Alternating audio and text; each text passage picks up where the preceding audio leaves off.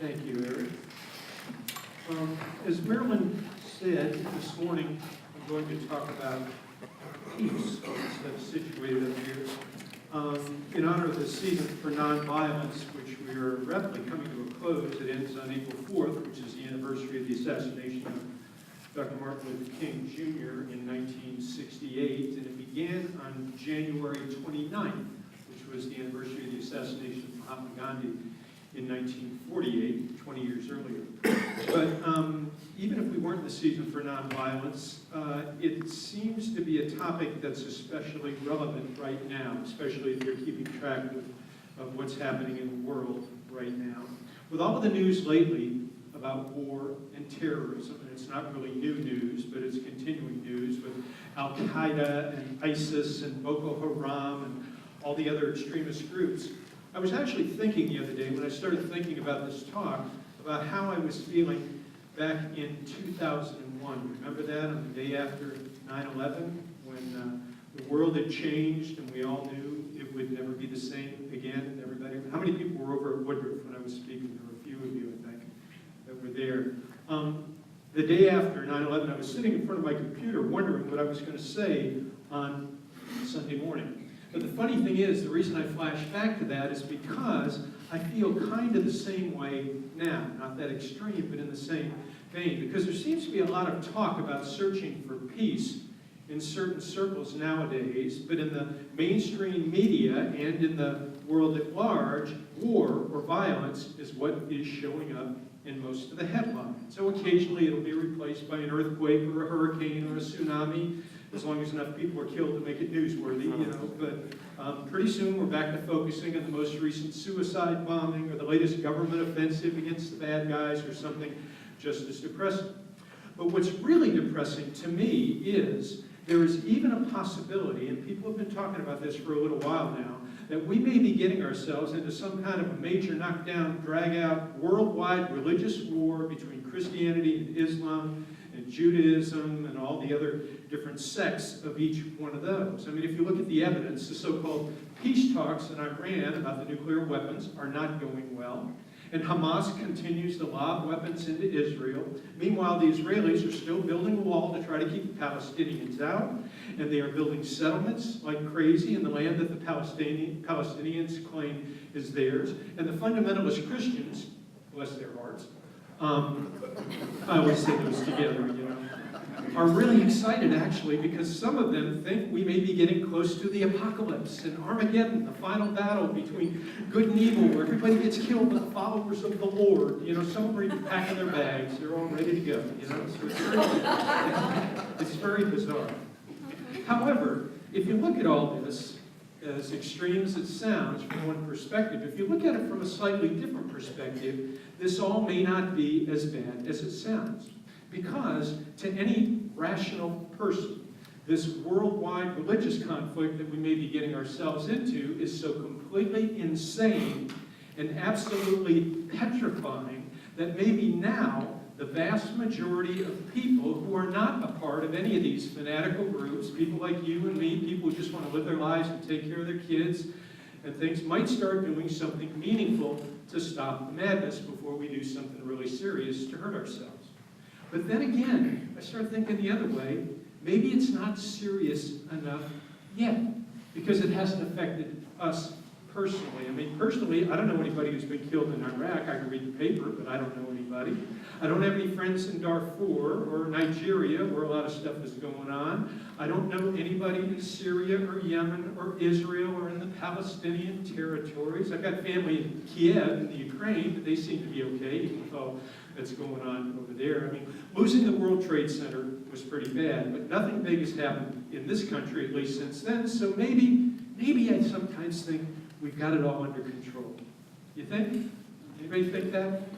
Me neither. Okay. I mean, sure, it would be nice if all of those people in all those countries over there would stop killing each other so our soldiers could come home, and we could stop hearing about our young people sacrificing themselves for our way of life. But you know, we all got our own stuff to worry about, don't we? Okay, we've got our job, we got our 401k, we got our cholesterol, we got our aging parents, we got our kids, we got paying our bills, we got Atlantic traffic and trying to get to church when the marathon's going on, all this kind of stuff. And the prevailing attitude seems to be, once again, in the West, in this country at least, that peace would be nice, but there's not a whole lot that I can do about it. I mean, besides, a lot of people think the price of gas has slacked off. I pay $2.25 per gallon at a Quick Trip, and that saves me a few bucks every week I can use to pay my cable bills, so that's kind of the mentality in this country. Unfortunately, that is how a lot of people in this country think, whether they want to admit it or not. But before anyone gets defensive about some of the things I just said, I just want you to know that I know that you know that I'm being a little tongue-in-cheek here, okay? I'm speaking in very broad generalities. I'm talking about people as a whole. I know that those of you here today who brave the rain and the traffic and all that kind of stuff to show up here on a Sunday morning, you are not an apathetic group of people. I know that most of you do care about what is going on in the world. I know a lot of you personally, and I know you do. And I know that you would all like to see violence and wars end and peace prevail, not only in Iraq and Afghanistan and all those other places, but everywhere, including in this country, like Ferguson and the other places where things are going on. You all want that, right? We all want that, okay? I know that's true about you because that's what any spiritually minded person with just a little bit of good sense would want. The problem is, and this is a problem, we want it. We hope it'll happen. We would love to see it, but for most of us, that's where it stops. When it comes to war and violence, we see it on CNN, we read about it on the internet, we hear about it, we anguish over it, but then we go on with our day-to-day lives and hope it doesn't come to our neighborhood. Now, I don't mean we don't care, but unless it directly affects us, it tends to go on the back burner. That's how we allow our mind to work when we get into this routine that we're all in day to day. World peace doesn't become less important. It just becomes something that we can't deal with right now. But unfortunately, if we want it to change, which we all do, we all said that, we're going to have to deal with it sooner or later, and the longer we wait, the worse it's going to get. That's what we're all starting to figure out. You know, it's sort of sneaking up in the back of our mind. Now, back in the 1700s, several hundred years ago, there was a man by the name of Edmund Burke. If you do a lot of reading like I do, the name is familiar. He was a British statesman, some called him a philosopher, and he once said a very famous quote that Dr. King used a lot, and that quote was this: "All that is necessary for the triumph of evil is that good men do nothing." Let me repeat that if you haven't heard it before. All that is necessary for the triumph of evil is that good men do nothing. Now, some people think that it's easy to do nothing, but for some of us, it's not. It's not. Doing nothing in the face of extreme injustice or great tragedy, especially for compassionate, spiritually minded people, is actually extremely difficult.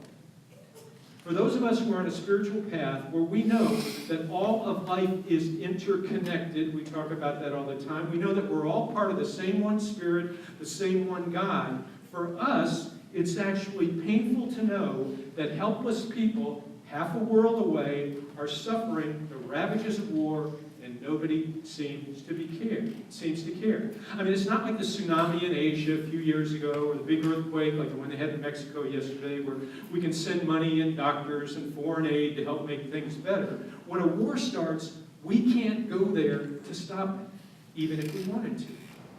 Now, in this country, we've got a little more power than some people do. We can vote. But no matter how much we dislike the people in office at any given time, and it keeps changing, the people who replace them always seem to find plenty of opportunities to be involved in conflicts somewhere in the world. In fact, I was thinking about it. Every administration in my lifetime, and I hate to tell you, but that goes back to Truman, okay? We're talking about going back ways. Republican or Democrat, every single one of those administrations has dropped bombs on somebody for what they thought was a good reason. Now, maybe it was, maybe it wasn't. That's not my point. The point is we are constantly involved in war, whether we are the good guys or the bad guys. And it depends what side you're on as to who is what. And when it comes to civilians on the ground with their children, who exactly is dropping the bombs on them doesn't make a whole lot of difference. The effect is the same. You see, the sad truth is, when it comes to creating peace instead of war, we all want to do something meaningful and effective. Any rational person would. We just don't know what. Even honestly hearing people can't seem to agree on the best way to stop all the fighting. And as a result, we end up doing either the wrong thing or nothing. And neither of those options moves us forward as a race in the direction we should be trying to go. So what I want to talk about in the rest of the talk this morning are a few spiritual ideas that we might consider that just might allow us to actually do something here at home about what's happening over there, wherever over there happens to be. Recognizing that what used to be over there is very quickly coming over here and getting worse. Because we need to try something different. Something different. Because whatever we have been doing so far is obviously not working. I mean, we can't kill everybody who doesn't like us. There's too many of them. We just can't. Besides, we tried that and it didn't work. We can't build walls high enough or barriers wide enough or moats deep enough to protect ourselves. We can't keep increasing our military budget and building better, more high-tech weapons because there aren't enough dollars or enough bombs in the world to keep us safe. There just aren't. And most important of all, whatever we do decide to do, if we want it to work, we cannot do it alone as a country. Nor should we want to, okay, even if we could. You see, this is no longer a problem between separate nations or separate religions or separate political philosophies. It's a problem we all share. It is a family problem. And by that I mean the human family. We have all got to figure out how to live together on this little blue ball spinning through space, or we will not survive because the planet's not going to get any bigger. There's going to be more and more people sharing the same space and the same resources. Nobody's going away. Nobody is giving up. Everybody's digging in their heels. Nobody is willing to have any less than anyone else, which is actually fine. Because the truth is, if we do it right, there's plenty of everything to go around. Plenty of everything to go around, but we have got to learn to share. And the good news is, there are actually two things that we can share that we all have in unlimited quantities. Every country, rich or poor. And those two things that everyone can contribute are ideas and love. Ideas and love. That's what can save us. So let me talk about those two things for a few minutes, because they just happen to be two of the most powerful spiritual tools that we have. But if we're going to use them to do something useful, we have to learn what they mean and how to use them correctly. Now, first of all, the availability of an unlimited abundance of ideas should seem self-explanatory. It should seem obvious. But there's a little more to this than just coming up with great ideas. Something that we teach here all the time in our classes and on Sunday morning is that we all have constant and unlimited access to the one source of all ideas, whatever that happens to be. We call it God, or Ernest Holmes calls it the thing itself, whatever you want to call it, doesn't matter. So we don't have to just learn everything we need to learn in school, because formal education is only one small part of it. In fact, a boy or girl, a child born in Palestine or the Sudan or in Appalachia here in the United States, given the opportunity to learn and express themselves, could one day discover the cure for Ebola, possibly, or a sustainable energy source that could replace gasoline. In other words, we have no control over where people are born, but we do have the responsibility to ensure that any child born into the world, no matter where it is able to contribute their God-given intelligence to the mix. Because every mind of a newborn child, this is important, every mind of every newborn child is one more entryway for the mind of God to come into the world. Do you ever think of that? Every single mind. That's how all of us start out. We are openings. We are portals for the infinite intelligence of spirit. The question is, are we acting like it? Are we acting like it? Are we encouraging ideas from every possible source, or are we wasting one of our most precious resources? And I think we all know the answer to that. Now, I would bet that everyone in this room, without exception, is familiar with the wonderful slogan for the United Negro College Fund. Everybody familiar with that? A mind is a terrible thing to waste. How many people are familiar with that? Everybody here. Okay. What a great statement that is. I mean, think about it. I think that ought to be the slogan for the entire human race. Maybe we ought to tattoo it on kids' arms when they're born, instead of the other stuff, right? Because it highlights one of the biggest things we're doing wrong in trying to bring peace into the world. You see, there are a lot of different ways to waste a mind. You can allow it to die from war or disease or lack of food. That's pretty obvious. But we can also waste a mind by keeping it ignorant through political indoctrination, cultural prejudice, religious hypocrisy, and all those things. Or we can waste a mind by immersing it at an early age in a society full of fear and anger and hatred and abuse and discrimination and all of those things. Wasting a mind does not necessarily mean we keep it from contributing ideas. It just means that we teach it to contribute positive and constructive ideas instead of negative and destructive ideas. And that's the difference between contributing to society and contributing to its downfall. So, how do we change this?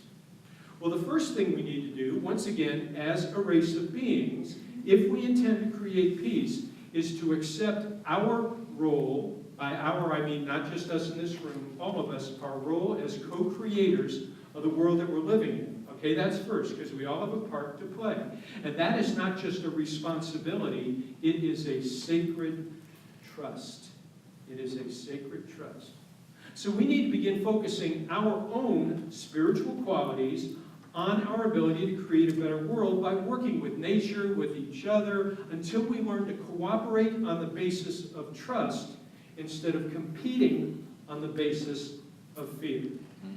Now, we need to do this in our personal lives on a day-to-day basis by practicing with our family and our friends and our children and our parents.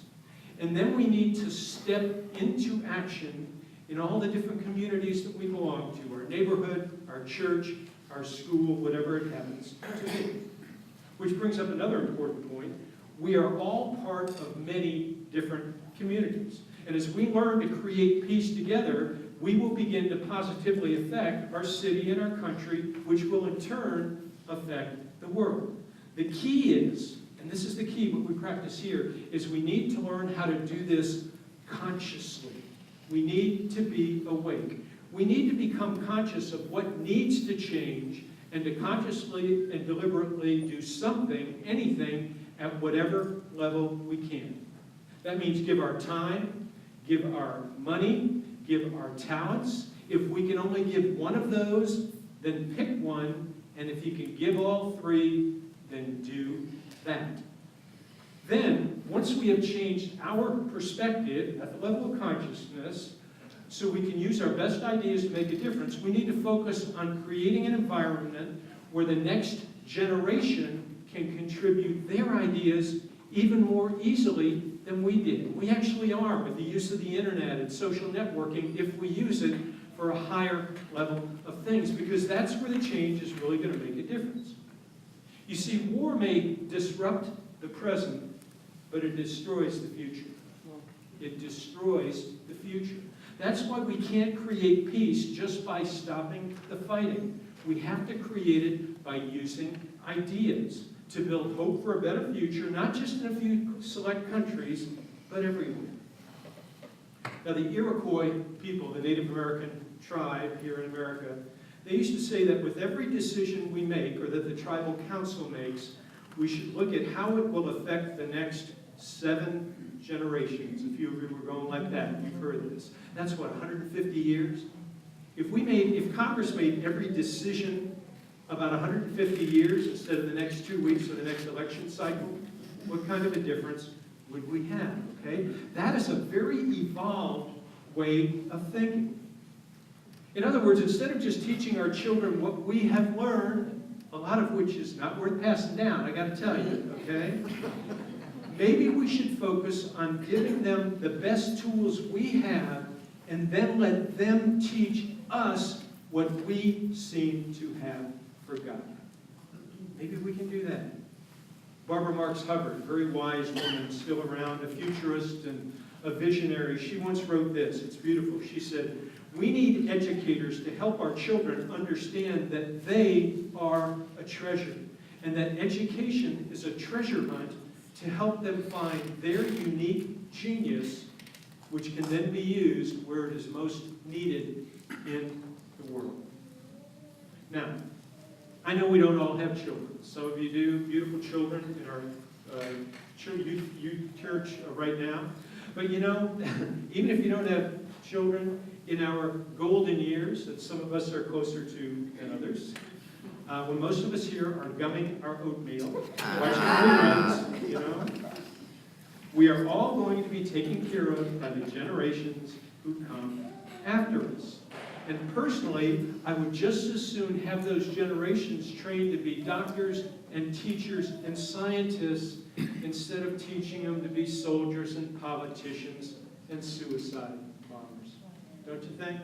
I'm just saying here, okay? Now, remember I said earlier, our 2 most abundant resources are ideas and love, okay? Every single person on the planet has infinite access to those things. But it's important to realize that neither of them works well all by itself. Now, ideas are pretty straightforward. Ideas point to areas where we can express intelligence in a more powerful way. But love, attached to the ideas, makes sure that our ideas are creative rather than destructive. That's how they mix. That's how they mesh. Okay, that's the recipe. And in our search for peace, the aspects of love, let's talk about that for a couple minutes, that mean the most are compassion, respect, and identification. So let me talk about those for just a couple minutes here, going to the close. Compassion, very important, is the way we compare what should be happening with what is actually happening. When we see babies starving on the news, we feel compassion because our inner spiritual self knows there's plenty of food to go around and there's no reason for any child to ever, ever, ever be without food. When we see people forced from their homes because of war, we feel compassion because everyone deserves a safe place to live. When we see homeless people living on the streets of the richest nation on earth, we should feel compassion because there's something wrong with that picture. Compassion is what keeps us from being able to just turn our head and walk away and still feel good about ourselves and the world that we live in. Yes, everyone creates their own experience, even the homeless, even people that are in wars. But that's not just true on the personal level. It's true at the level of our shared humanity. At the spiritual level, as a society, whatever any one of us is experiencing, we all share the responsibility. So compassion will not allow us to insulate ourselves with money or walls or power from the suffering of others. It reminds us that we need to be involved in the solution or we will soon be more intimately involved with the problem. Now, I know it's hard to watch the news and see groups like ISIS brutalizing innocent people, but it's actually a great exercise in forgiveness. I mean, we all have feelings of some kind when we see this kind of fanatical behavior for people who carry out these kinds of attacks, okay? And none of us is neutral. We all have an opinion. But our basic choice, when you get down to it, is that we can choose between either compassion or hatred. Those are our two choices whenever we see something like that. The problem with choosing hatred is it just continues the conflict at a higher level. They attack us, then we attack them. They attack us again, we attack them again, and again, and again, and again. That's what's going on right now in the Middle East. It has been going on for about 3,000 years, give or take, okay? But consciously and deliberately choosing compassion, as hard as it may be in some circumstances, makes it possible for us to break the chain of violence. Now, I am not saying that I agree with what ISIS is doing. Nobody should. It's horrendous. And I also, I'll be honest, okay, I don't feel a lot of sympathy for them as individuals all the time. But I do feel compassion for the life they have chosen to live, consumed by anger and hate and helplessness, believing wrongly that they are doing what God wants them to do. I feel compassion for the fact that they have no respect for life, both theirs or anybody else's, and I feel compassion for their families, especially those who see their sons and daughters as martyrs when these young people are actually wasting their lives believing in a warped version of what has the potential to be a truly lovely and loving religion, Islam. Now, that's about as much compassion as I can feel, but at least it's enough to keep me from buying into the attitude that we need to go to war and sacrifice our children because somebody needs to be punished. Okay? It's like Gandhi said, I love this, he said, an eye for an eye leaves the whole world blind. The whole world blind. Now, that's compassion. Now let's talk about respect briefly. Compassion, respect, and identification. Respect is not something we normally associate with the word love, but it's very important. When we love someone at the spiritual level, we respect them as a spiritual being. We respect their right to their beliefs, as long as they don't try to force them on anyone else. We respect their territory, we respect their personal and physical boundaries, and we respect their right to life, liberty, the pursuit of happiness, and all those things. Now, we don't need to agree with their choices, but we do need to respect them. Okay, I like to say that if all 7 billion people on the planet woke up one morning and decided simply to respect every other person in the world and their beliefs, even if they didn't like them, all wars would end overnight. That's how important respect is. And finally, I want to explain the word identification as an aspect of love that leads to peace. When we identify with someone, it means we find something in common with them. It means that we can at least see their point of view and understand why they feel the way they do and why they believe what they believe. It means we see parts of us in them and parts of them in us. And the most part of them for us to see, of course, is the presence of God in them, the same God it just so happens that we see in ourselves. That's what the saying means, namaste. The God in me recognizes and honors itself in you. So, identification requires two things, awareness and openness. We have to be aware that our way is not the only way, and we have to be open to other people and their beliefs. Period. That's all there is. Now, this is important because people don't go to war with people that they know and understand and identify with, all right? Especially if they feel compassion for them. So at the spiritual level, between all people, that's what love really means, all right? We need to let everybody live their life as we would like them to let us live ours, okay? It's time for us to realize that creating a lasting peace may not be easy, but it's always possible. It takes a lot of work, it takes a broader perspective, and it takes a little thinking and willingness to stop, look, and listen. It takes all these things. It takes great courage to face aggression non-violently. Maybe as much courage as a soldier on the battlefield. Mahatma Gandhi and Dr. King showed us that. History has shown us that we often fight wars for the glory of a nation, a religion, or a political ideal. That's why we fight wars. What a waste. What a waste. Peace, on the other hand, is much quieter. Much quieter. It celebrates the beauty of life and the sacredness of the human spirit, so that needs to become our new ideal. So peace needs to be the star that we are pointing at. It needs to be the brass ring that we are reaching for. It needs to be the gold at the end of the rainbow. I could go on for hours like this, okay? It is the ultimate accomplishment in the physical world.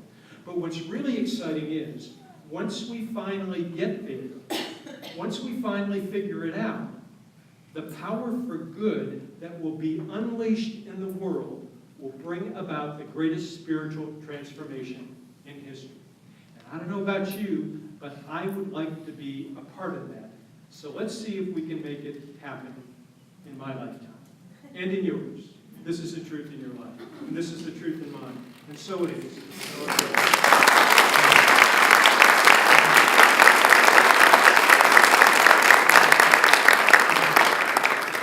Take a few moments, take a breath.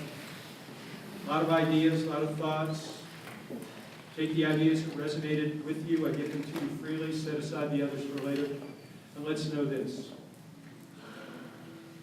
Life itself is a glorious, beautiful experience. I have been given the privilege, simply because of my spiritual essence, to exist in this physical world with a huge number of other spiritual beings existing in the physical world, all of us with the ability to live together, to embrace each other, to understand each other, and to truly create heaven on earth. That is the truth of my being. That is the truth of this world. That is the truth of life.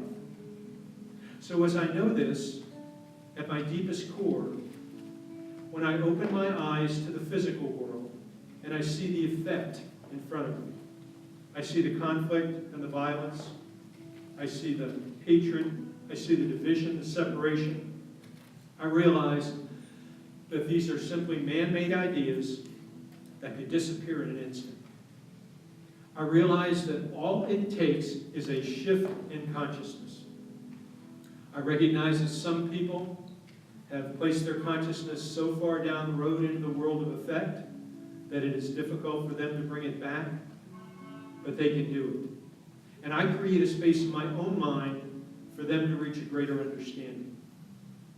But before I think about others, I look at my own house, my own spiritual house, my own mind, my own consciousness, and I allow myself to see the world from a place of compassion, openness, and possibility. I see the news and the suffering, and I tell myself immediately, this does not need to be. And I begin opening my mind to ways that I can make a difference. Now, I make a difference in the world effect by writing letters, sending money, doing what I can with all the busy things out there, helping other people, voting the way I need to vote, doing what I need to do. But I make the greatest difference by shifting my consciousness, by allowing my prayer, my meditation, my treatment, all of these things to focus on the fact that a greater world is possible, a more peaceful world is possible, and I see a time, whether I am here or not, when people will live together in peace.